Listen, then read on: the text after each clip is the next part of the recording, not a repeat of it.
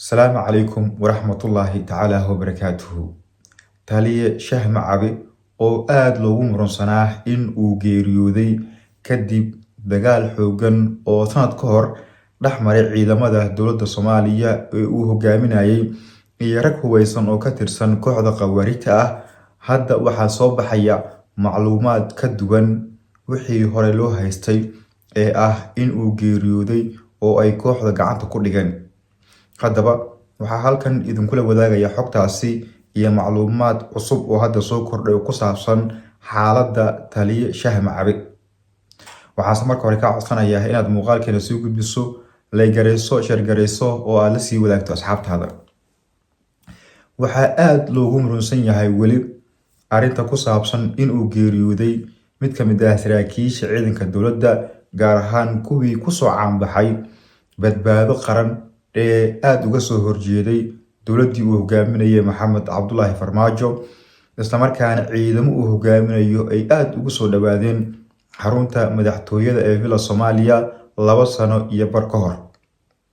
Haddaba markii uu yimid madaxweynaha hadda talada haya Xasan Sheekh Maxamuud, waxaa taliye Shaah Macabe oo hadda arrintiisa aan ka hadlayno isla markaana aan idila wadaagayo xogtiisa iyo wixii ugu dambeeyay ayaa loo diray howlgal ama dagaal aad u culus oo dowladdu ay qorsheysay in dalka laga saaro kooxda qawaariijta ah oo dowladda dagaal xoogan waqtigan ay kula jirto.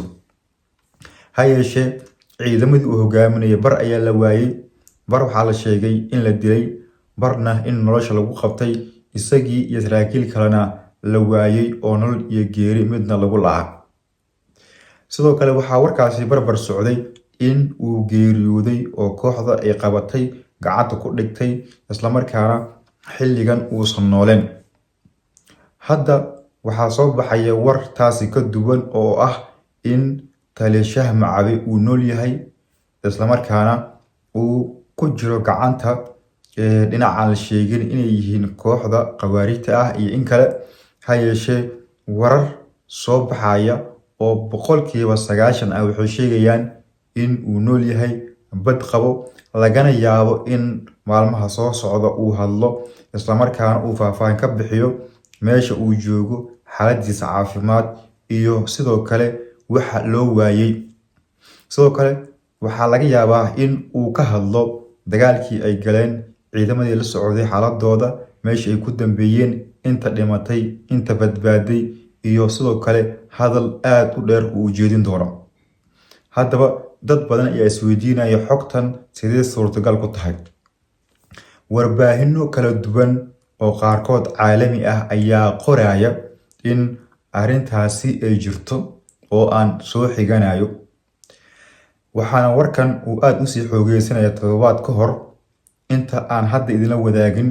Waxaana jiray warbaahinno qoraalo ah oo aad u hadalhaya arrinta Shaah Macabe, isla markaana ay ku sheegayeen in uu nool yahay, lagana yaabo in uu soo hadlo. Ha yeeshee aysan ahayn in uu geeriyooday taliye Shaah Macabe. Ha yeeshee haddii ay arrintaasi dhabowdo waan arki doonaa, waxaan idin soo gudbin doonaa haddii wax kale ay ku soo kordhaan arrimahan iyo xogtan sii xoogeysanaysay oo aan diidaynay inaan ka hor dhacno, balse hadda aan go'aansanay in aan idin soo gudbiyo haddii ay dhabowdo oo uu hadlo taliyahaasi iyo haddii kaleba. Waxaan idinkugu soo gudbin doonaa isla goobtan. Ha yeeshee dowladda federaalka ee Soomaaliya ayaa lagu eedeynayaa inay dayacday saraakiil badan, ciidamo badan oo ay god ku riday, qaarkoodna nolosha lagu qabtay, qaarkoodna la dilay inta dagaal loo diray oo khibradii iyo waayo aragnimadoodii dagaal marka laga tago aan la hubin meelaha ay ka dagaalgalayaan, sanadoodii iyo sidoo kale wixii ay u baahnaayeen ciidamadaasi. 2 sano iyo barka Xasan Sheekh Maxamuud waxaa aad u la'day ciidamadii tababarka lagu bixiyay ee uu soo dhisay madaxweynihii hore ee Soomaaliya Maxamed Cabdullaahi Farmaajo ee tayada lahaa. Waxaa sidaasi qaba qaar ka mid ah dadka aad u dhaliilaya dowladda uu hogaamiyo Xasan Sheekh Maxamuud. Haddaba halkan ila joog oo la soco wixii macluumaad ah iyo xogo kale oo arrimahan iyo wixii kale ee arrimaha Soomaaliya ku saabsan ee nagu soo kordha.